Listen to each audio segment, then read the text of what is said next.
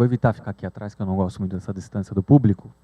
E por falar em público, eu queria ter uma noção de com quem eu estou falando aqui hoje, né? Eu queria saber, é pessoal de RH, qual a experiência de vocês, só para eu poder também adaptar um pouco o discurso. Não entrar muito em questões muito técnicas, se não for conveniente para vocês. Só para ter uma noção, quem que é de RH aqui? Tá. Os demais, área comercial, estudantes também? Bom, vocês já ouviram falar do Regroup? Já? Passar um pouquinho da agenda, então. Vou explicar um pouquinho para vocês sobre quem somos, quem é o Regroup aqui no Brasil hoje, qual que é a nossa estratégia, enfim.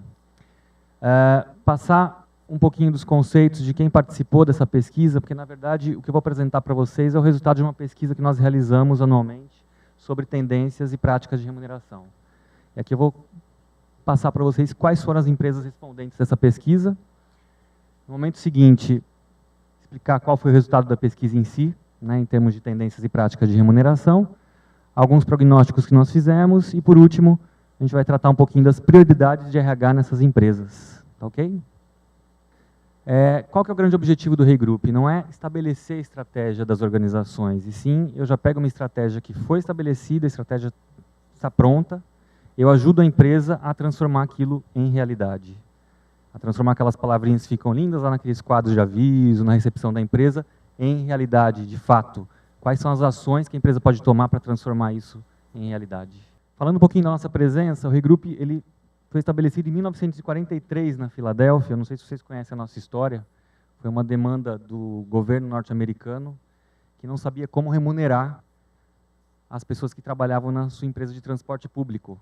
E aí convidou o nosso fundador, que é Eduardo Rey, que criou o sistema de pontos que é vigente até hoje. Inclusive influencia uma série de outras consultorias com relação à metodologia do sistema Rey. Okay? Nossa presença, nós temos 88 escritórios em 47 países, sendo que aqui no Brasil nosso escritório fica em São Paulo e atualmente nós temos 5 consultores atuando apenas aqui no Rio. Dentre eles, eu sou um deles, tá? 2.600 empregados no mundo, 10 mil clientes também espalhados pelo mundo, sendo que hoje nós trabalhamos com mais da metade das empresas que respondem à pesquisa da Fortune 500 lá nos Estados Unidos. É equivalente a Exame aqui no Brasil. Tá? Quando me perguntar, mas e na revista Exame, né? As empresas que saem como melhores para se trabalhar, quantas são clientes do Regroup? Gira em torno de 90%, 80%, 90%. Tá ok? Se eu estiver falando muito rápido, vocês podem me interromper. A ideia é um bate-papo aqui, tá ok? Como que a gente se divide, então, lá no Regroup? Eu não sei, quem já ouviu falar do Regroup aqui, deve ter como referência o Regroup práticas de remuneração, certo? Pelo que eu conversei ali com o nosso colega, a referência dele é em remuneração. A minha referência, antes de entrar no Regroup também, fui cliente muitos anos, era na área de remuneração também. Muitas coisas que o Regroup faz, eu nem sabia que o Regroup fazia. Tá? Como exemplo, nós temos esse pilar, que ele se chama Construindo uma Organização Eficaz, que é o que nós chamamos de BO, que é onde nós vamos auxiliar as organizações nas soluções de negócio, momentos de crescimento, cultura, fusões, aquisições, gerenciamento de performance. Qual que é a estrutura mais adequada? O que é o ganho de valor da organização? Onde que ela ganha riqueza? E como que eu posso desenhar a estrutura para facilitar esse ganho de valor? Tá? É esse pilar que trata dessas questões lá no Regroup. Nós temos aqui também o pilar do meio, que é o talento e liderança. Todos os processos de assessment de executivos, transformação de liderança, identificação de características da liderança, né, o que faz alavancar o sucesso na organização, gerenciamento de talentos, ferramentas online para identificação, inventários de personalidade, enfim, é esse pilar que trata dessas questões mais softs em termos de RH. Por último, nós temos ali os serviços de remuneração, dividido em remuneração executiva, onde é um grupo de consultores especializados na remuneração de executivos. Nós temos também a célula de avaliação de cargos, que são os consultores que dominam nossa metodologia e avaliam os cargos de todos os nossos clientes. Serviços de informações de remuneração, que é justamente a área que faz as pesquisas de mercado, que coletam os dados, trabalham esses dados para entregar para os clientes qual que é o posicionamento deles frente ao mercado. E, por último, uma célula de definição das estratégias de remuneração, tanto fixa como variável, pensando no mix de remuneração como um todo.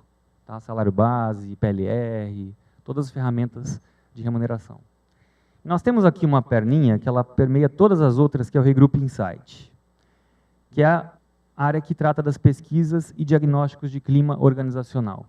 E por que ela permeia os 3 pilares? Porque eles 3 dão inputs para pesquisas de clima organizacional. Eu tenho influência da remuneração, eu tenho influência da liderança, eu tenho influência da estrutura da organização numa pesquisa de clima. Por isso que ela permeia esses 3 pilares aí do Regroup. É surpresa para vocês que o Regroup também atuava nessas frentes, como foi para mim? Vocês já conheciam isso? Vamos lá. Não? Vou falar um pouquinho, então, das empresas que responderam essa última pesquisa, tá? Que foi realizada esse ano aqui, no início desse ano. Primeiro, são 246 empresas participantes. A aplicação da pesquisa foi entre março e abril desse ano. E com relação aos respondentes, houve um crescimento de 75% em relação a 2011. Tá? Então, como que funciona? Quem são essas empresas? Né? 56% são empresas nacionais e 44% de capital estrangeiro.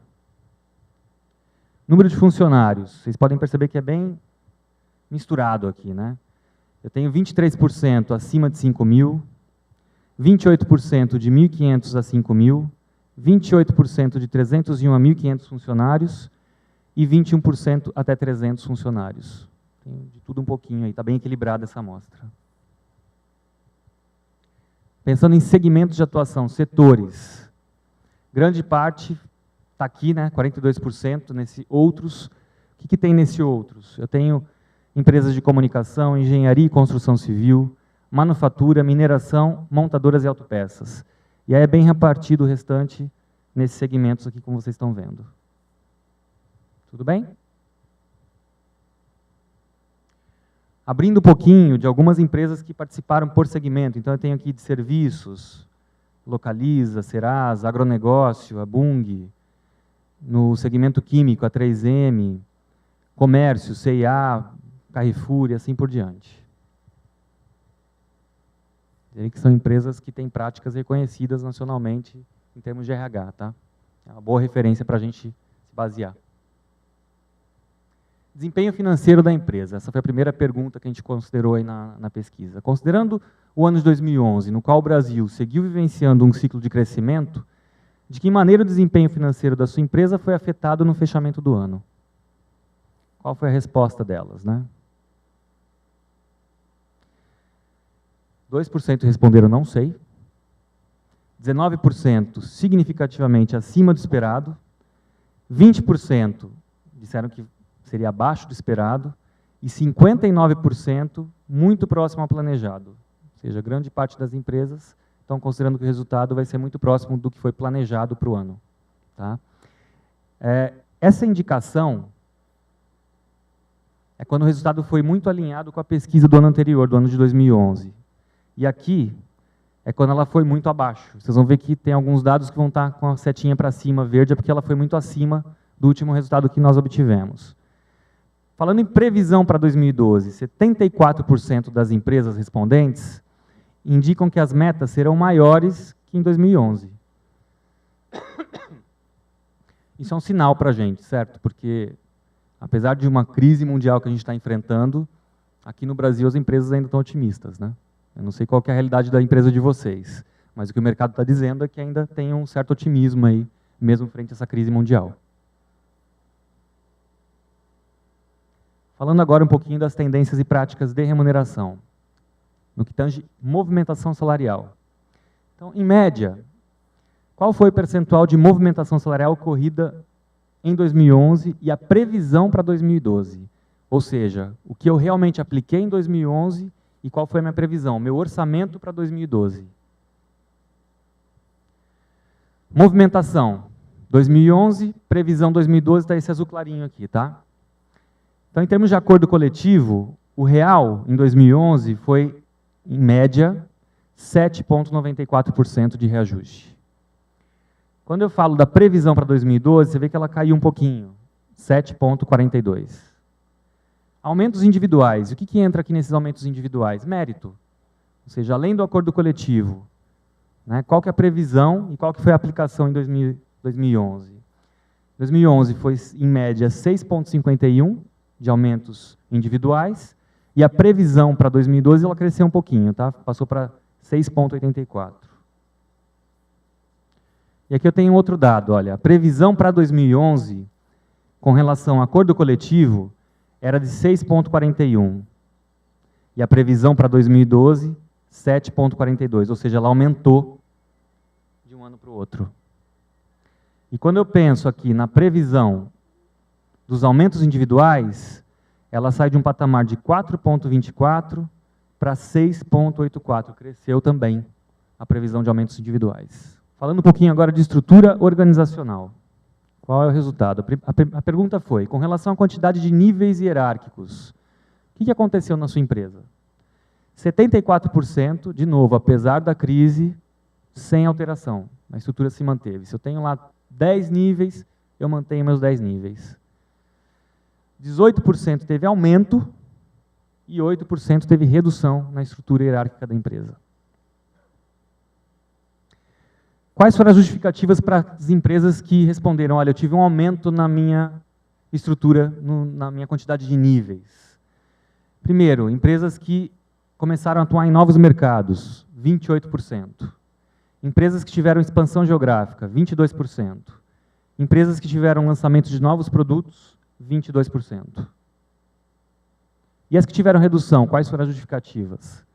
Redução de custo, 38%, e muito provavelmente essas aqui são aquelas que estão com capital estrangeiro, por conta da crise. Dificuldades de negócio, 25%, e redução de quadro, 25%. Tudo bem até aqui? Outra pergunta, com relação ao quadro de empregados. Em média, qual foi o percentual do total de funcionários que a sua empresa contratou e desligou em 2011? Em 2011, contratou 14,3% dos respondentes, desligou 12,6%. Vocês verem que tem um equilíbrio bem forte aqui em 2011. Mas olha em 2010. 20% contrataram e apenas 8,9% desligaram pessoas em 2010. Verem que muda bastante o quadro de um ano para o outro, tá? Em 2012. Não, isso aqui é em 2011 ainda, desculpem. Principais motivos para o desligamento em 2011, ou seja, esses 12,6% aqui. Baixa performance, 75% das empresas. Outros motivos, 23%. Redução de custos, 18%. Aposentadoria, 9%. Salários inflacionados, 8%. O que vocês enxergam até aqui? Parece que a crise não está afetando muito os negócios aqui no Brasil, certo? É a impressão que passa esse retrato aqui. Ou as empresas não estão tendo essa preocupação, ou o reflexo realmente não foi sentido até esse momento. Agora, interessante, no quadro ao lado, que o principal responsável colocado pela pesquisa foi a baixa performance. Agora, não sei até que ponto podemos levar em consideração também que essa baixa performance se dá por um certo desaquecimento da economia. Em relação aos outros itens, redução de custo, redução de custos e salários inflacionados. Baixa performance, para esclarecer, é olhando pessoa. Ela teve um Sim, mas desempenho abaixo do esperado. Isso está coerente com os dados de 2010 e 2011, quando, embora a economia como um todo não tenha sido afetada, determinados setores da economia tiveram realmente redução de vendas, principalmente. Então, aí você peneira mais, em termos de performance, as pessoas que estão na sua empresa, né? Mas o foco aqui não é performance, só para evitar essa confusão, não é performance do negócio. Não, performance das pessoas. Da pessoa. Sem dúvida. Não relacionado só com meta numérica. Eu tenho um compromisso de vender X e vendi menos 2X. Não. Mas mais em termos de competência. Isso que eu estou colocando. À medida em que você, 2011, contratou menos e desligou mais, em relação a 2010, vai bater lá como um dos fatores dessa diferenciação de quantitativos entre desligamento e contratação se dá pela baixa performance no momento que você precisa ter menos gente com mais capacidade. Exato. Aí o filtro acaba ficando maior. Pensando agora um pouquinho no incentivo de curto prazo e incentivo de longo prazo. Só para exemplificar para vocês, incentivo de curto prazo, Prática Brasil. O que é isso? PLR, bônus anual, premiações, é tudo aquilo que eu tenho uma meta estabelecida num curto prazo de até 1 ano e eu recompenso a pessoa por essa meta em até um período de mais ou menos 1 ano. Pode ser mensal também, premiação mensal de vendas, enfim.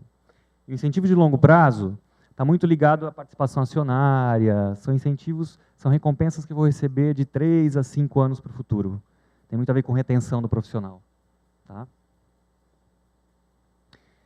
Então, pensando aí em incentivo de curto prazo, pago, né, PLR mais bônus, em múltiplos de salário. E aqui eu estou falando de mediana, tá? Não é mais a média. Aqui eu tenho dado de 2005 até 2011, nessas cores aqui. Vocês verem que a maior parte vem crescendo, vem numa crescente. Pensando no nível profissional, está muito alinhado esses anos todos. Na mediana é 1,4 salários, pensando em PLR, incentivo de curto prazo. Tá? É a mediana dessas empresas que responderam. Pensando no nível de gerência, ele já cresce um pouquinho aqui. 3,2 salários no ano de 2011. Também vem bastante alinhado ao longo dos anos, não teve grandes mudanças. Pensando na alta gerência, 4,3 salários. E aqui sim tem altos e baixos, né? Eu tenho que o maior ano foi em 2008, com 4,7 salários, mas também mantém um certo nivelamento aqui. Pensando no nível de diretoria, esse sim teve um avanço grande aqui no último ano. Foi para 7,9 salários, sendo que no ano de 2010 eram 6,3. Inclusive, esse é um tema bem polêmico. Quando nós fazemos pesquisas de remuneração no mundo, os maiores salários estão aqui no Brasil, tanto fixos como variáveis. Tá? A prática de remuneração no Brasil, atualmente, é a mais agressiva do mundo, dado fresquinho aí da pesquisa REI. Como nós temos clientes no mundo inteiro, a gente consegue fazer essa comparação. Tudo bem? Oi? Não, a influência não... É uma questão de aquecimento do mercado local mesmo. Prática competitiva. Inclusive, tem uma pesquisa que a gente rodou também com relação à China, né? Eles estão perdendo muitos profissionais para a gente aqui. Os chineses, eles estão deixando de trabalhar lá e estão querendo vir para o mercado nacional, porque é interessante para eles. Rogério, isso que eu ia observar. A minha empresa é lá na Barra da Tijuca. Eu almoço todo dia no mesmo restaurante, num shopping. O que tem de coreano, mas a praça de alimentação fica cheia de coreano. E isso devido, você está falando das remunerações no Brasil, mas também muito a baixa remuneração lá fora. O que nós estamos recebendo, a pergunta do colega ali sobre os expatriados, de portugueses e espanhóis, portugueses até mais, porque tem fronteira livre com o Brasil, mas eu almoço todo dia com um bando com uma quantidade enorme de coreanos nessa faixa etária de 20, 26, 30, 35 anos. Homens e mulheres.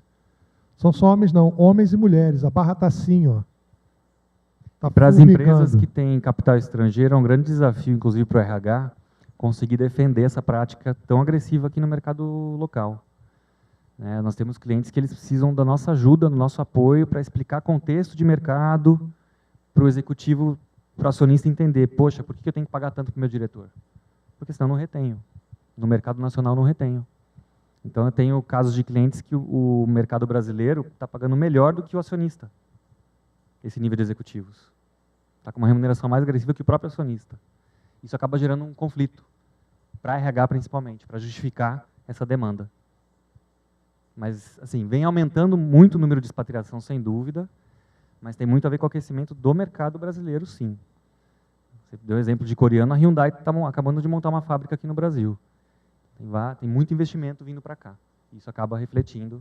Hoje está acontecendo numa proporção muito maior o que aconteceu há quase uma década atrás com a questão da fibra ótica.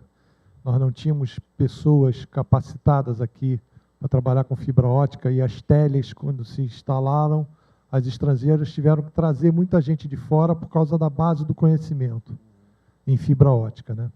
Vocês viram um noticiário na semana passada, que teve uma reunião, um congresso, onde os países europeus pediram ajuda para alguns países, dentre eles o Brasil. Então, assim, acho que isso acaba refletindo um pouquinho e vem de encontro com esse resultado que a gente vê aqui. Acho que não é surpresa nenhuma a gente falar disso. Tudo bem até aqui? Mais alguma ponta, alguma dúvida? Ainda pensando em incentivos de curto prazo, bônus e PLR, as perguntas foram: sua organização fez alguma mudança no programa de incentivos de curto prazo referente ao ano de 2011? E a outra pergunta foi: qual das afirmações melhor representa a ação implementada em sua organização referente ao desempenho de 2011? Bom, 73% das empresas não tiveram nenhuma mudança no programa de incentivo de curto prazo. Ou seja, tem uma meta, ela se manteve, os indicadores foram os mesmos, eu não tive mudança nenhuma. E 19% tiveram mudança. 8% não possuem um programa formal de incentivo de curto prazo. Com relação a essas afirmações, referente ao desempenho em 2011, o que justifica isso, né? Pagamentos adicionais, 37%, diferimento de pagamento, 32%, redução dos valores a serem pagos, 18%, e o não pagamento, 13%. Então, se teve mudança, o que motivou essa alteração no plano de incentivo de curto prazo? Tudo bem? Ainda no incentivo de curto prazo, com base no desempenho esperado para 2012, a expectativa de valores do incentivo de curto prazo em comparação a 2011,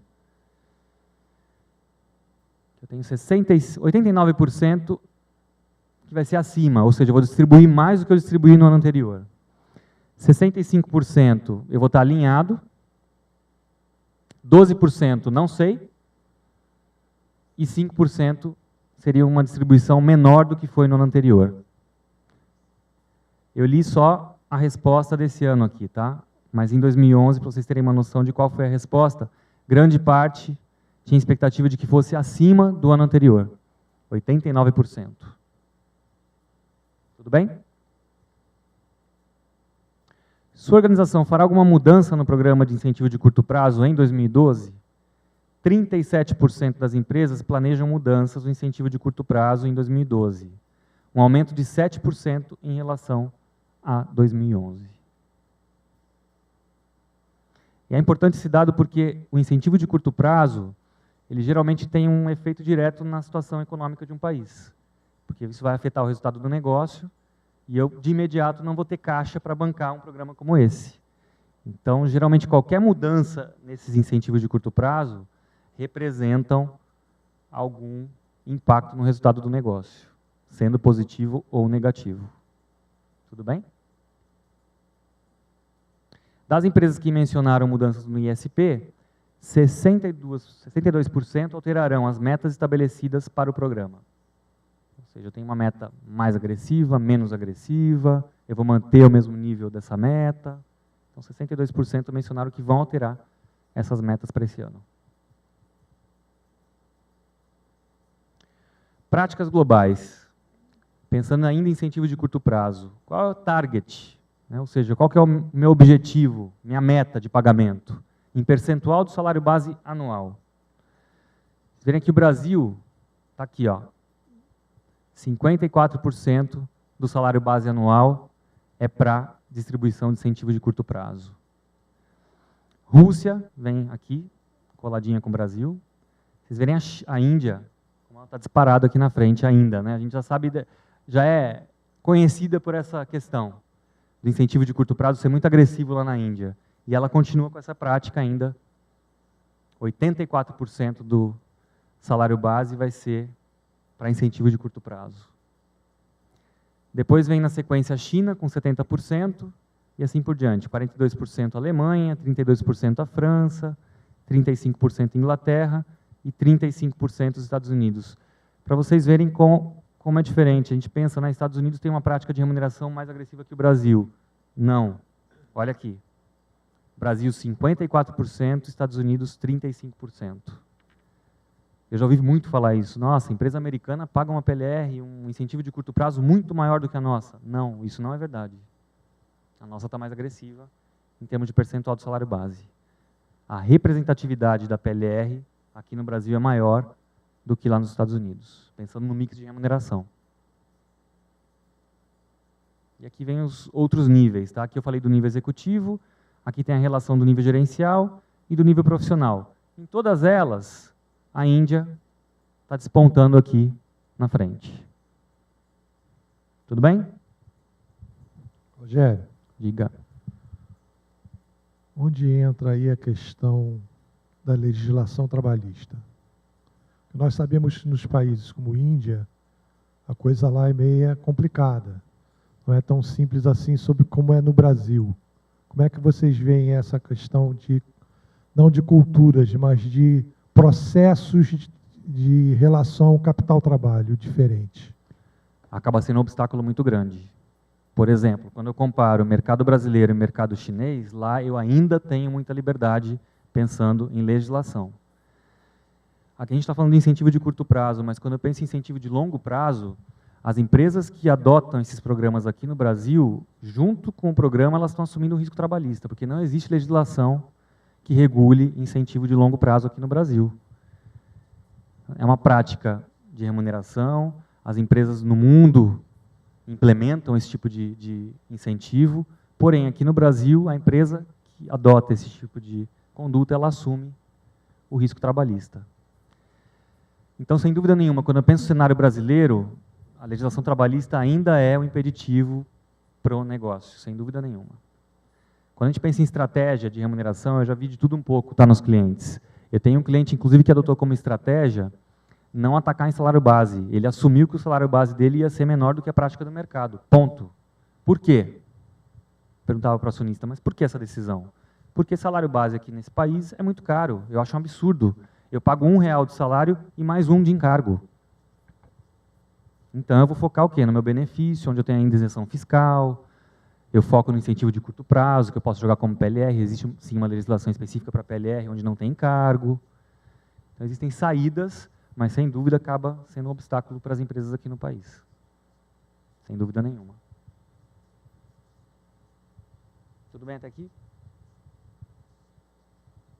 Aqui a gente traz alguns dados. Salário base em dólar no Brasil, em primeiro lugar. Aqui também, para esse nível gerencial, está em primeiro lugar. Para o nível profissional, também, o Brasil vem em primeiro lugar, como eu já falei para vocês. Então, pensando em práticas de remuneração, atualmente, isso já há 2 anos seguidos, o Brasil ele vem na ponta, em competitividade. Que alguns países verem aqui não vão ter o item que é a inflação, que a gente ainda tem até hoje. Então, talvez isso seja um dado para se pensar aí. Ainda pensando em incentivos de curto prazo, práticas globais, aqui é um incentivo de curto prazo, target para nível de diretoria, tá? Em dólar, olha o Brasil aqui de novo. 147 dólares é o target média para nível de diretoria aqui no Brasil. A Rússia vem em segundo lugar, depois seguida pela China, e a Índia está aqui. Depois vem Chile, também está alto. Isso aqui foi até uma surpresa para a gente, lá do Regroup. Alemanha, Estados Unidos, México, Inglaterra e assim por diante. E os BRICS aqui estão de uma cor diferente para vocês. Incentivo de curto prazo, target para demais níveis. Como que se comporta? Olha o Brasil de novo, na ponta aqui. Só que o Chile dessa vez ganhou 30 salários como target. O Brasil está com 24, coladinho com a Rússia aqui. Aqui, só para vocês entenderem a legenda das cores, esse verde aqui é nível de gerência, junto com esse azul. Esse verde mais claro é o nível profissional. E o azul escuro também para os outros países. Então, o que a gente consegue perceber aqui? Brasil vem na sequência do Chile e do Japão. Também está bem disparado aqui. depois Estados Unidos, e na sequência, vem para cá, Rússia e Brasil.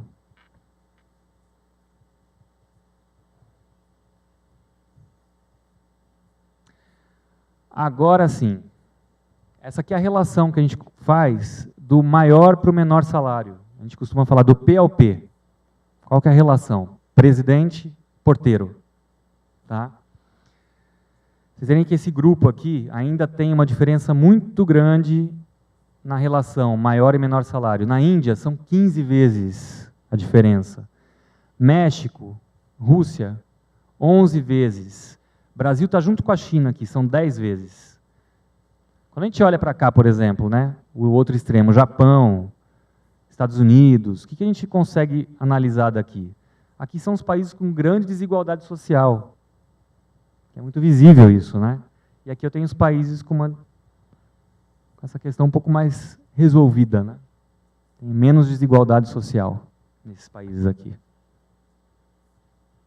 O que também acaba sendo um desafio para as empresas que têm capital estrangeiro, né? Como justificar uma prática de remuneração tão diferenciada aqui no Brasil, sendo que na minha matriz eu tenho um nivelamento de salários? Como que eu justifico isso para o meu acionista? É difícil eles entenderem que é uma questão até cultural, histórica, enfim. É bem complicado convencer o acionista desses assuntos, tá?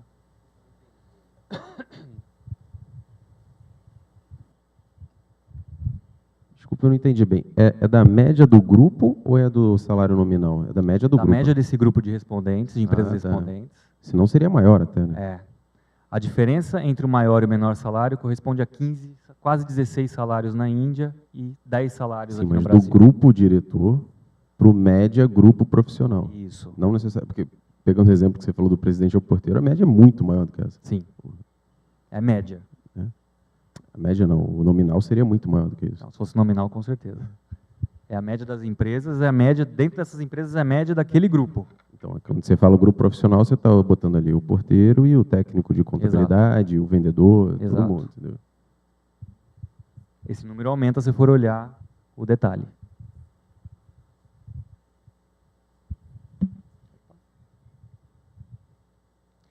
Agora sim, incentivo de longo prazo. Primeira pergunta, sua empresa possui um programa formal de incentivo de longo prazo? 65% disseram que não e 35% disseram que sim. O resultado está muito alinhado com a pesquisa anterior. Tá? Talvez por esse desafio que eu comentei com vocês. Aqui no Brasil ainda é um desafio grande a empresa tratar desse tema, porque não existe uma legislação específica para isso. A empresa que adota, ela assume junto com um programa como esse, ela assume o risco trabalhista. Tá? Elegibilidade do plano de incentivo de longo prazo englobou outros níveis em comparação a 2011? 67% dizem que não, 33% dizem que sim. Resultado, os dois aqui estão bem alinhados com a pesquisa do ano anterior. Pensando um pouquinho em elegibilidade, o que a gente tem no Regroup em banco de dados é muito focado no nível de diretoria, presidência. O que eu estou falando aqui, basicamente, de incentivo de longo prazo é participação acionária. É uma prática muito comum aqui no mercado brasileiro. E isso está restrito realmente para esse nível, ou diretoria executiva, talvez, o que a gente já vê alguns clientes, gerência executiva, o último nível de gerência, diretoria, presidência, vice-presidência. Tá? Sua organização fez alguma alteração ou está planejando alguma alteração no programa de incentivo de longo prazo? Resultado muito alinhado com a pesquisa anterior também. 80% nenhuma alteração. 7% sim, 7% não sei, e considerando modificações, 6%. É engraçado esse não sei, mas uma coisa que é comum também, né? Essas pesquisas, geralmente quem responde é o pessoal de RH. E o RH não tem acesso, muitas vezes, ao programa de incentivo de longo prazo, porque isso vem geralmente direto do acionista. O RH, muitas vezes, nesse tema, ele fica mais encarregado de distribuir a cartinha, comunicando quanto que o executivo vai receber de ações e quando que ele vai poder fazer a opção dele. Mas a participação efetiva no desenho do plano, geralmente o RH não tem esse acesso. Então, por isso que às vezes aparece esse não sei aqui.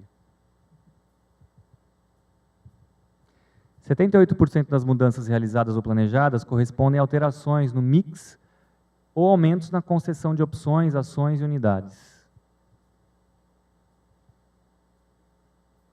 Ainda pensando no incentivo de longo prazo, qual é a prática mais comum? Como eu falei para vocês aqui no Brasil, disparado na frente, stock option, que é a participação acionária. E aí, na sequência, vem as demais. E tem também aquelas combinações, modelos híbridos, bônus de longo prazo, bônus diferido, mas o que realmente aqui no mercado nacional está disparado na frente é o stock option. Tudo bem? Aqui é só o agrupamento, né, do que esse grupo aqui corresponde a 39%, somando esses dois aqui. Pensando em outros temas agora. Geração Y. Eu ouço muito falar isso nos clientes, tem uma preocupação muito grande. Inclusive, eu estou saindo de um cliente agora que ele fala, olha, a gente tem toda uma estrutura de cargos e salários que foi desenhada há 30 anos atrás. A gente vem atualizando essa estrutura todo ano com pesquisa, enfim. Só que a gente nota que a carreira aqui dentro foi desenhada pensando em longo prazo. E a geração nova não quer mais saber disso. Ela quer aqui agora, quer ser promovida depois de um mês de empresa. Então, o dilema desse cliente é, a minha estrutura não está mais atendendo o anseio da geração que está nativa no mercado de trabalho hoje em dia. E eles estão repensando alguma forma aí de acelerar a carreira, de possibilitar uma carreira mais acelerada para esse público jovem que está chegando. Tem alguém aqui da geração Y? O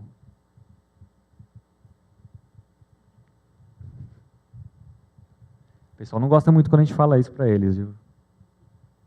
Apenas 7% das empresas afirmam ter programas ou tratamentos específicos para a geração Y.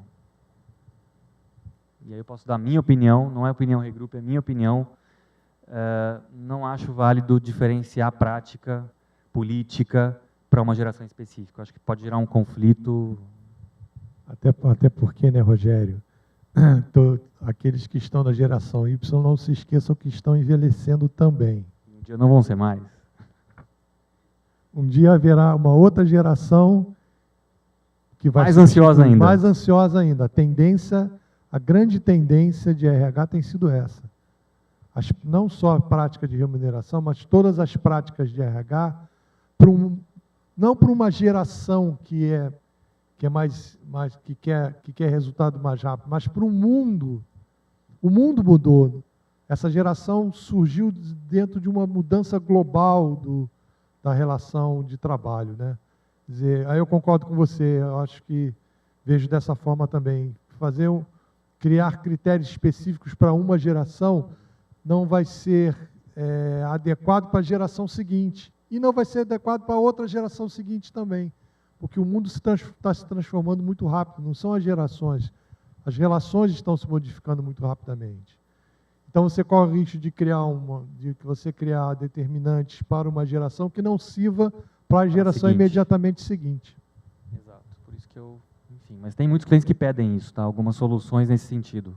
O que eu poderia fazer? Agora, eu preciso resolver agora. Amanhã eu vou ver como é que faz. Talvez o gestor que faça esse tipo de pedido seja da geração Y. E já esteja num determinado patamar organizacional que ele já vislumbra que dali para cima fica mais complicado. Então, ele tem que arrumar dali para baixo. Exatamente. Bom, o resultado foi acima do que na pesquisa anterior. Predominância de tratamentos aplicados. Job rotation, ou seja, quem é da geração Y teria mais acesso à rotatividade, conhecer, porque o grande anseio dessa geração é isso. Às vezes eles não querem dinheiro no bolso só, eles querem também. Mas eles querem também conhecer outras práticas, conhecer outras áreas, ter uma visão mais sistêmica do negócio. Então as empresas estão partindo para isso aqui. Programa de retenção específico para esse público, 40%. Plano de carreira acelerada, 33%. Processos de coaching, 33%. E experiência internacional, que brilha os olhos deles também, 13%. Nenhuma das empresas participantes informou possuir um pacote de remuneração diferenciada para a geração Y. Ainda bem, né? Vocês podem ver que a gente chama aqui de outras formas de remuneração, formas criativas de remuneração, remuneração intangível. É nisso que as empresas estão atacando. Aqui um tema. Tem quantas mulheres aqui? 1, 2, 3, 4. Mulheres em posições de gestão. Olha isso aqui, 50% dos respondentes têm de 0 a 20% de mulheres em posição de gestão. Por incrível que pareça, esse ainda é um tabu aqui no Brasil. Ainda são poucas as mulheres em cargos de comando. 20% dos respondentes de 21 a 30, 21% de 31 a 50, e aqui vai caindo cada vez mais. Acima de 70%, somente 1% dos respondentes. Ok? Eu acho estranho esse resultado. Eu acho estranho, porque mesmo no Regroup, nas três últimas empresas que eu atuei, eu sempre tive chefa. Então, eu olho para isso aqui e não reconheço muito bem o meu universo, tá? Não sei vocês. Como que é o mercado aqui, especificamente no Rio de Janeiro, como é que está essa situação aqui. Não é? Eu, pelo menos, não reconheço muito, mas é o que as empresas estão dizendo. Tudo bem? Falando de expatriação. Sua empresa possui um programa formal de expatriação? 68% dizem que não e 32% dizem que sim. O resultado caiu comparado com a última pesquisa. Apesar de estar aumentando esse movimento, as empresas não estão se estruturando para isso. Tá? Quantos funcionários a sua empresa expatriou e impatriou em média durante 2011? Expatriados, uma média aí de 10 funcionários, lembrando que isso aqui é a média de todos os respondentes também. E impatriou, uma média de 13 funcionários. Ainda é tímido, tá, esse movimento. Ele vem numa crescente, mas ainda é tímido. O pacote de remuneração mais benefícios, mais ajuda de custo, continua sendo a prática mais comum para funcionários expatriados. Esse aqui é o pacote, 83% das empresas administram esse pacote aqui para os expatriados.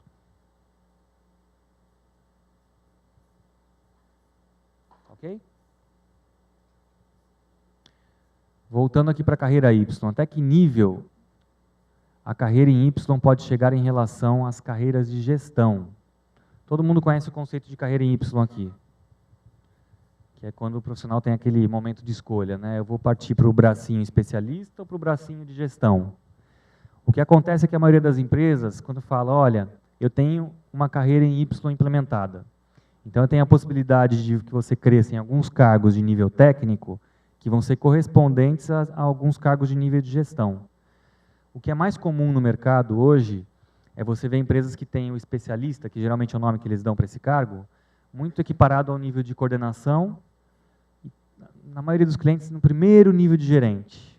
É difícil você ver, de fato, empresas que extrapolam esse primeiro nível de gerente para cargos de especialista. Tá? Mas vamos ver qual foi o resultado da pesquisa. Nível de gerência, 37%, como eu falei. Nível de coordenação, 30%. Gerência de primeira linha, 18%. E diretoria, 15%. Ou seja, já tenho aí carreiras em Y desenhadas para nível de diretoria. Eu até hoje já vi isso em um único cliente. Um especialista que equivalia ao nível de diretoria em termos de remuneração, pacote de benefícios, ele tinha o mesmo tratamento. Mas ainda é algo bem tímido, tá? 15% só. Muito pequeno esse percentual. Esse resultado caiu em comparação com o resultado da pesquisa anterior.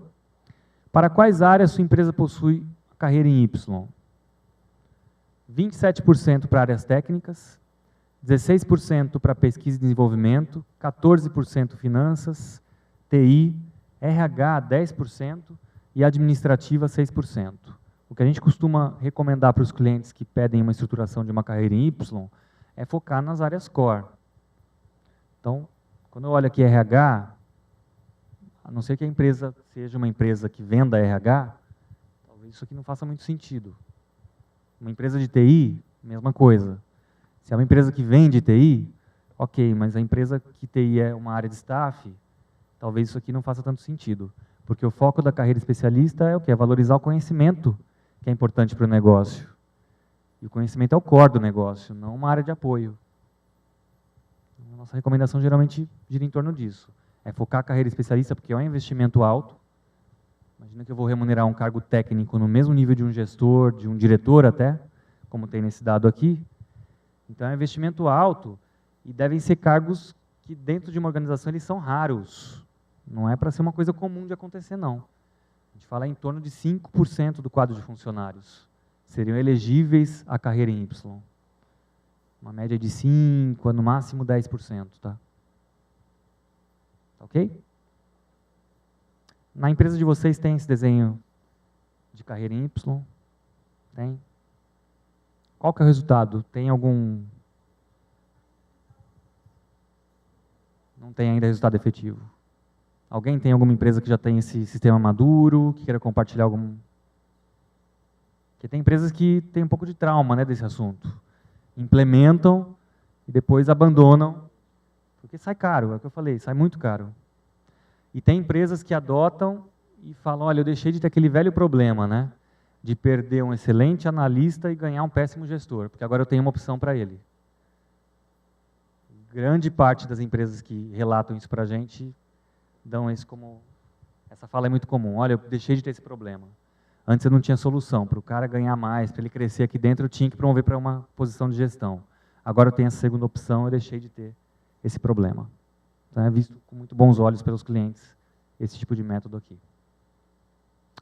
Pensando agora nos prognósticos, né? Expectativas para 2012. E aqui, se alguém tiver esses dados atualizados, que isso aqui foi feito no início do ano, fonte foi o Banco Central e o Ministério da Fazenda. Nós tínhamos uma expectativa de inflação de 5,6%. Alguém tem esse dado atualizado? Como que a gente está hoje nisso aqui? Eu não tenho, tá? Alguém tem? Se está acima ou se está abaixo disso? Um pouquinho acima, né? Tá. Crescimento de PIB de 4,5%. Aí foi feio, né? A expectativa estava bem acima do que a gente tem hoje. Crescimento do mercado rei. O que é o mercado rei? A pesquisa geral da rei, a gente pega os dados de todos os clientes do Brasil, sem segmentar negócio, segmento. Esse é o mercado rei, é o mercado geral, Rei Group. Executivos, um crescimento de 5,5% a 6% e demais níveis, o mesmo nível. Tá? Isso aqui já é dado real, não é expectativa, é o que realmente aconteceu. Remuneração variável de curto prazo. Em torno 7% menor do que em 2011, no pago. E estabilidade do target. Ou seja, eu continuei com o meu nível de meta igual, só que eu paguei menos. Meu resultado, por algum motivo, foi afetado. Incentivo de longo prazo, expansão da base de participantes, aumento da fatia de incentivo de longo prazo no mix de remuneração. É isso, vamos supor... Eu não aumentei meu salário base, eu não aumentei minha PLR, mas o meu incentivo de longo prazo eu aumentei. Então, no mix de remuneração, o peso dele ficou um pouco maior do que no ano anterior. Dificuldades de contratação em carreiras técnicas e segmentos de serviços. Também foi um outro item aí apontado para 2012. Eu não sei como é que está na empresa de vocês, mas todos os clientes que a gente roda, essa fala é muito recorrente. Eu não encontro mais técnico e eu não tenho mais engenheiro. Né? A carreira técnica hoje está sendo um problema e a gente encontra assim uma justificativa. Hoje em dia tem uma opção de universidades aí absurdamente maior do que era 10 anos atrás, até um pouco menos. Então, quando você tem essa escolha, eu vou fazer um curso técnico ou uma universidade? É óbvio que eu vou escolher fazer uma universidade. O acesso está muito mais fácil hoje. E eu sei que a expectativa em termos de crescimento profissional, remuneração é muito maior do que no nível técnico. Então o Brasil está enfrentando uma dificuldade muito séria nesse nível de contratação de carreiras técnicas. Tá? Isso é geral no mercado. Os clientes estão procurando a gente, o que eu faço com a carreira técnica? Eu quero uma tabela mais agressiva, eu quero uma prática mais flexível para esse grupo. Eu preciso reter de uma forma mais efetiva. E essa dificuldade vai ainda demorar para ser sanada, né? Porque a formação profissional, seja na área técnica ou seja em qualquer outra área, ela demanda um time maior do que a construção, do que determinados outros aspectos que envolvem o resultado da empresa, né? Sim, qualquer ação, e isso depende muito também de ações governamentais, isso é por longo prazo. Quando de repente substituíram o que nós tínhamos pouco de escolas técnicas pelo ensino universitário, em determinado momento o Brasil precisava de pessoas com nível superior. Então, o que houve de crescimento de universidades no Brasil é um negócio incrível. Então, hoje nós vemos que não... Você está falando em engenharia, né? Vamos falar num caso específico de engenharia civil, ou, melhor ainda, falando no caso de administradores. Quantos mil administradores são formados por ano no Brasil? É uma das carreiras mais promissoras. Vamos comparar esse dado com 10 anos atrás, por exemplo? Pois é. O aumento é muito significativo. Aí o que acontece? Não se esperava que o Brasil tivesse um crescimento econômico tão acelerado quanto. Então, hoje você tem engenheiros, como vocês devem perceber na pesquisa de vocês, com atuação em cargos cujas funções seriam funções técnicas. Hoje em dia é muito comum um engenheiro no RH, por exemplo. Hoje, né, Paula e Orlando, hoje o RH é o celeiro de muitos profissionais. Administradores, psicólogos, engenheiros, advogados, médicos do trabalho, engenheiro de segurança, muitas vezes estão alocados no RH. Mas a grande questão dessa questão técnica é que o Brasil... Eu fui aluno de escola técnica, sou técnico de mecânica industrial, fiz formação superior em administração e pós em recursos humanos. Mas por quê?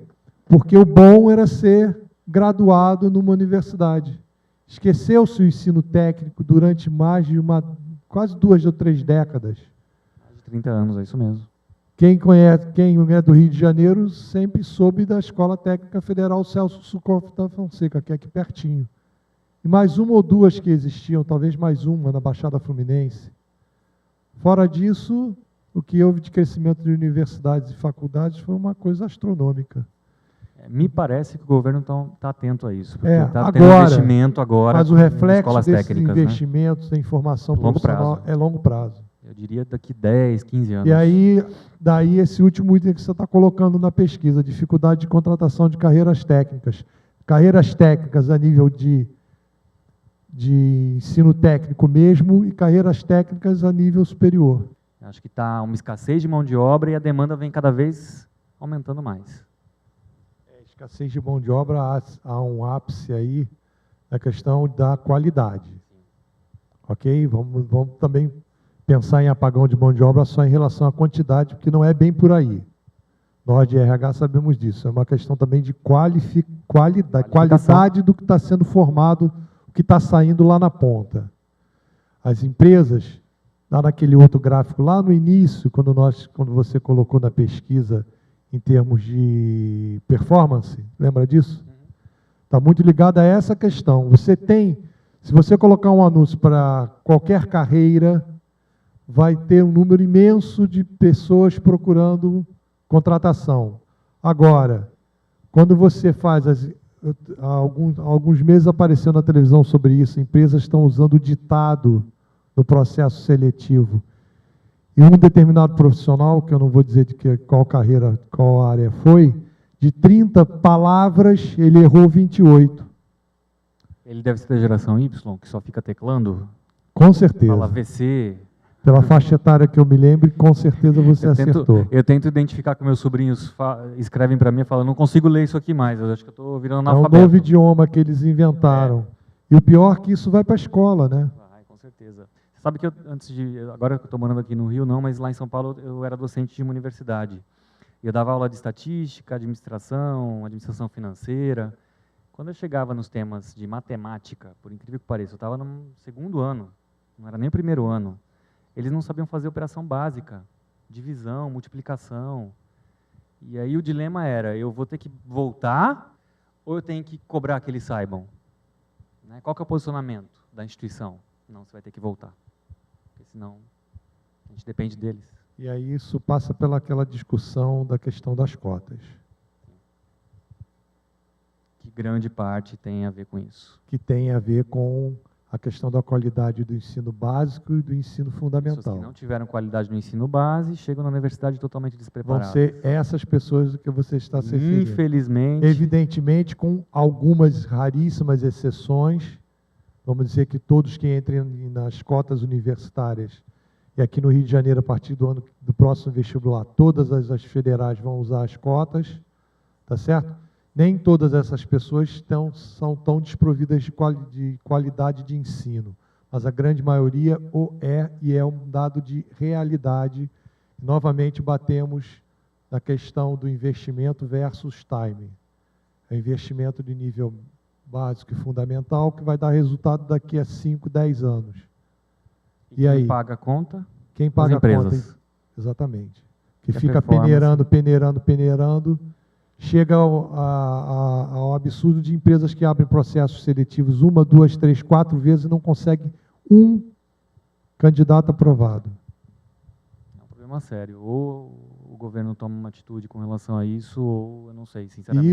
Isso, Rogério, impacta a questão de remuneração. Na medida que você tem menos pessoas com o gabarito técnico que você precisa, e você precisa dessas pessoas, você oferece mais. Não estou falando nem remuneração, do aspecto pecuniário da remuneração, mas você tende a oferecer pacotes mais atrativos. É o conceito de valor mesmo de mercado de produto, né? Se eu tenho pouco aquele produto, eu vou valorizar mais. Você oferece o aluguel do apartamento que a pessoa vai morar, oferece o carro, oferece isso, oferecem pacotes cada vez mais atrativos para aqueles poucos que atendem às qualificações, os pré-requisitos que as empresas estão procurando nas suas áreas específicas, por exemplo, construção civil. O que justifica muitas vezes essa inflação de mercado em termos de salário, enfim. Tem um movimento, eu venho de Campinas, tá? E há uns 7 anos atrás, a IBM instalou uma fábrica em Hortolândia. E não tinha profissionais de TI na região. O mercado de TI lá foi super inflacionado durante 3, 4 anos. Era impossível contratar alguém de TI naquela região, porque não tinha gente qualificada. Então, os poucos que tinham valiam ouro. Então, isso com certeza influencia também. E, de novo, quem paga a conta? As empresas. É aquele tal negócio, né? Quem paga a conta é o consumidor. Porque ele acaba repassando para o custo e para o preço do produto ou do serviço oferecido, né? Exato. Só para dar um exemplo atual de ontem, foi a questão do empregado doméstico, né? De todos os direitos. São cabíveis, são legítimos, mas vai tornar muito menos atrativo você contratar formalmente um empregado doméstico. Por quê? Acaba estimulando a informalidade. Porque o patrão, que na verdade é uma pessoa de nível de classe média, não tem para onde repassar esse custo. Não é como a indústria, o comércio ou o serviço, que tem como repassar. Não, você não tem, você vai passar para quem? O seu bolso, né? Prioridade de RH. Então, quando a gente pensa em priorização de ações para RH, quais foram as 3 prioridades de 2011? Atração e retenção de talentos. E aqui tem um conceito que a gente costuma abordar. O que é talento para as empresas, né? Por que eu quero atrair e reter só os talentos e não quem é o meu mantenedor também? Porque você imagina que se tivesse um time cheio de Neymar, o time não vai fazer nunca gol, né? Só talento, só craque. Eu tenho que ter aqueles mantenedores também. Mas no conceito Regroup, e é o que a gente acaba passando para as empresas nessas pesquisas, talento é o seguinte: a partir do momento que eu entro nesse negócio, eu sou um talento. Então aqui eu falo de gestão de pessoas, tá? Não é só quem tem um desempenho superior. É desempenho de pessoas, olhando nesse conceito de talento. Olha, a partir do momento que eu entrei nessa organização, eu sou um talento. Tá? Desenvolvimento de liderança seria a segunda prioridade. E por último, a gestão estratégica de desempenho. Aqui eu estou falando de gestão de desempenho e mais do que isso, qual é a consequência? Quando eu faço uma avaliação de desempenho, qual é o resultado? O que eu faço com esse resultado? Eu aplico mérito, eu aplico aumento salarial, eu pratico uma política de treinamento mais específica para um público que saiu abaixo do esperado. O que eu faço com esse resultado? Isso é gestão estratégica de desempenho. Em 2012, o resultado foi muito parecido. Em primeiro lugar, atração e retenção de talentos. Em segundo lugar, desenvolvimento da liderança, que, aliás, é um tema bastante polêmico. Porque é um desafio cada vez maior. Eu tenho pessoas totalmente imaturas assumindo posições de liderança hoje em dia. Então, tem que investir muito pesado nesse desenvolvimento de liderança. Tá?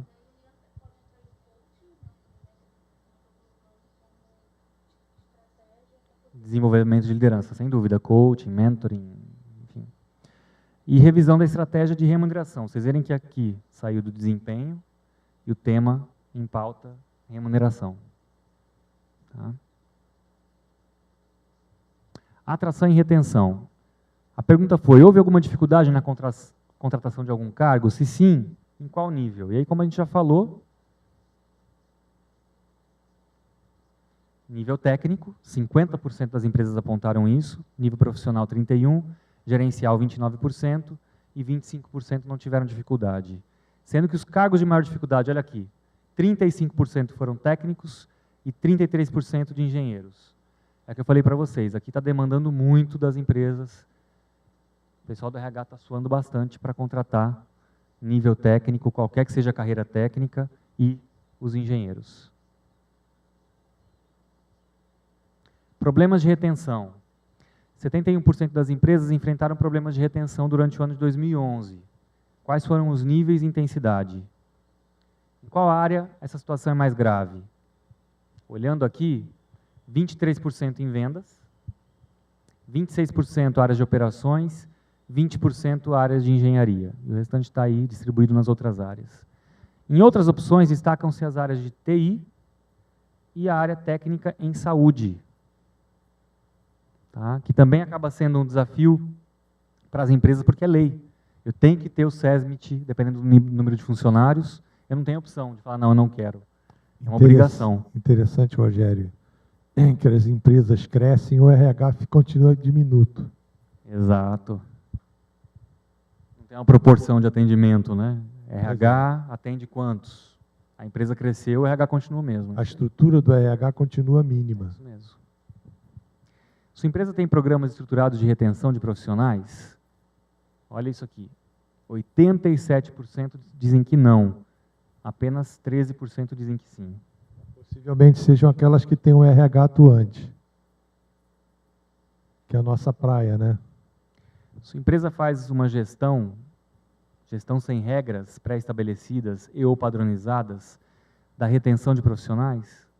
Sim, 51%, não 49%. Ou seja, são ações aleatórias. A cada pedido de demissão eu vejo o que eu faço. É isso que elas estão respondendo aqui. Eu não tenho um programa estruturado, mas eu tomo ações esporadicamente. O resultado está muito alinhado com a pesquisa anterior, e apesar de 71% das empresas enfrentarem problemas de retenção, 87% não possuem programas formais de retenção. Aí vem puxão de orelha para o RH, né? Isso é um pouquinho mais proativo. Se eu estou enfrentando esse problema e eu não tomo atitude... Mas aí eu tenho que saber qual que estrutura de RH que eu tenho. Se eu tenho uma estrutura mínima, que é um pouco melhor do que um DP antigo, eu não tenho condições de fazer isso. Sim, eu concordo. Tem que ter toda uma estrutura. Daí aquele quadro anterior, demanda. 2%. O RH não cresceu proporcionalmente. Ele não cresceu proporcionalmente ao crescimento da estrutura organizacional, então ele fica, não vou dizer restrito, estático, né? Ele fica restrito. Fica cerceado pelo... Limitado. Fica limitado pelo operacional, pelo dia a dia. Sem ser estratégico, pensando no dia de amanhã, entendeu? Quando eu penso em RH, geralmente o foco acaba sendo folha de pagamento, que eu não posso deixar de pagar, ponto eletrônico... Ponto eletrônico e outras rotinas administrativas, trabalhistas, etc., que impedem, porque fica um RH mínimo para uma estrutura que demandaria muito mais profissionais. O RH reativo, que a gente chama, né? Ele acaba não sendo proativo, pensando mais no estratégico, em como reter, criando programas, não. Ele vai agir conforme a necessidade. Eu digo que é muito mais um RH contábil, que fica olhando o passado, do que um RH estratégico que fica olhando o futuro das pessoas dentro da empresa. Isso aí. Ainda pensando em programa de retenção, caso sua empresa adote um programa estruturado de retenção, descreva os critérios de elegibilidade. 56% focariam nas pessoas com alto potencial. Aqui, quando eu penso em potencial, é diferente de desempenho. Desempenho tem a ver com isso. Eu olho o passado, o que a pessoa já entregou, o que ela já fez. Potencial é futuro. Qual que é o potencial de futuro dessa pessoa em termos de crescimento? Para cargos-chave, 52%. Então, aqui eu não estou falando das pessoas, mas sim das cadeiras. Quais são as cadeiras que eu quero reter? E não as pessoas, necessariamente. Nível de liderança, 48%. Pessoas-chave, 44%. Então, aqui tem a diferença, né, dos cargos-chave e das pessoas-chave. Indicações dos líderes, 19%. E 7% fica para outros. Nos casos de pedido de demissão, quais foram as principais razões? 55%, melhor oferta da concorrência para aumento de nível hierárquico. Ou seja, eu saio daqui como analista e vou lá ser contratado como gerente. Talvez tenha a ver também com o reflexo da geração Y, né? Eu não tenho aqui, eu vou lá fora e consigo. Isso é um dado também que a gente consegue observar, como o vínculo empregatício mudou de uns anos para cá. Antigamente era motivo de orgulho você falar, olha, eu estou há 30 anos trabalhando na empresa X. Hoje em dia a pessoa pensa 2 vezes antes de falar isso, né? Acaba ficando até... Porque é muito comum essa... Não está feliz aqui, eu vou para o outro, não deu certo, eu vou para o outro, e assim por diante. Melhor oferta da concorrência para o mesmo cargo ou nível hierárquico. Ou seja, eu saio daqui como analista, vou trabalhar lá como analista, só que eu vou ganhar mais. 48% dos pedidos foram por conta desse motivo. Oportunidade em outra área, 23%. Relação com a chefia imediata, 19%. Mudança de local, cidade, estado, 14%. Outros motivos, 13%. E clima, 7%. Agora, com relação às estratégias de remuneração como ferramenta de retenção no cenário atual aqui brasileiro. Comparando os que ficam com os que sairão logo. Tá? Essa foi uma comparação que a gente fez. Gestão, nível de profissionais, nível de pessoal de vendas, TI e operacionais. Qual que é o grau de prioridade, né, dos fatores que, olha, eu falo, olha, isso me retém aqui dentro dessa empresa? Um dado que já é interessante, que a gente até coloca em vermelho aqui. Remuneração nunca vem em primeiro lugar, como fator de retenção. O que contradiz muitos dos clientes dos RHs, onde a gente vai e fala, não, nosso problema é remuneração. A gente sempre procura entender melhor isso, porque nos dados, pesquisas de clima, pesquisas da revista Exame, remuneração nunca vem em primeiro lugar. Tá? Mas isso, Rogério, também pode se dar pela dificuldade de você ter determinadas pesquisas. Porque em remuneração você tem a folha de pagamento. Muito fácil você pegar esse dado que está ali na tua frente. Quanto, por exemplo, a questão do clima organizacional, já é uma pesquisa muito mais profunda para você chegar a uma conclusão. A remuneração é mais fácil, você tem a folha. Você olha para a folha e vê, em termos de mercado, em termos do mercado de trabalho como um todo, em termos do mercado específico na tua área de atividade, é o mais simples, né? É um dado que está ali. Mas a pergunta aqui foi muito focada no seguinte sentido. Para você, o que é importante em termos de retenção? O que te faz ficar? Não, eu estou falando em termos do RH que você comentou. Tá. Em termos do RH, como um RH mais fácil, está na mão, né? Sim. Então, isso como você mostra aí nesse quadro, não é realidade. Pensando no nível de gestão, em primeiro lugar vem a oportunidade de promoção, em segundo lugar, liderança da alta direção, e aqui, aplicação das suas competências. Aqui tem muito a ver com autonomia, o quanto que eu tenho autonomia para lidar no meu dia a dia. Liderança da alta direção, quanto que a alta direção me dá clareza do meu papel, me dá meta, mas me clarifica o porquê dessa meta. Tá? E oportunidade de promoção. Porque assim, quando a gente vai chegando, quanto mais alto o nível que eu vou galgando numa organização, mais difícil vai ficar a chance de crescimento. Liderança da alta direção. Quando eu falo do nível de gestão, é como que se comporta o gestor do gestor. O meu gestor, eu sou um gerente executivo de uma empresa. Como que o meu diretor se comporta? Qual que é a liderança dele? Ele clarifica as metas, ele dá uma visão de futuro da organização para mim. É isso. Tem aspectos aqui de liderança, tá? Pensando no nível profissional, em primeiro lugar, o que retém o profissional? Coaching, apoio da chefia, senso de direção claro da empresa e uma oportunidade de trabalhar com desafio.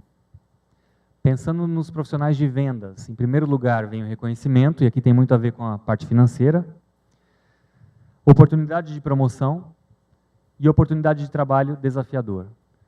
Na área de TI, oportunidade de promoção, liderança da alta direção, de novo esse tema de liderança aqui, e aspectos de reconhecimento. Pensando no nível operacional, chefe trata com respeito, vocês verem que muda um pouco, né, a necessidade, né, a pirâmide é outra. A liderança da alta direção e uma oportunidade de trabalho com desafio.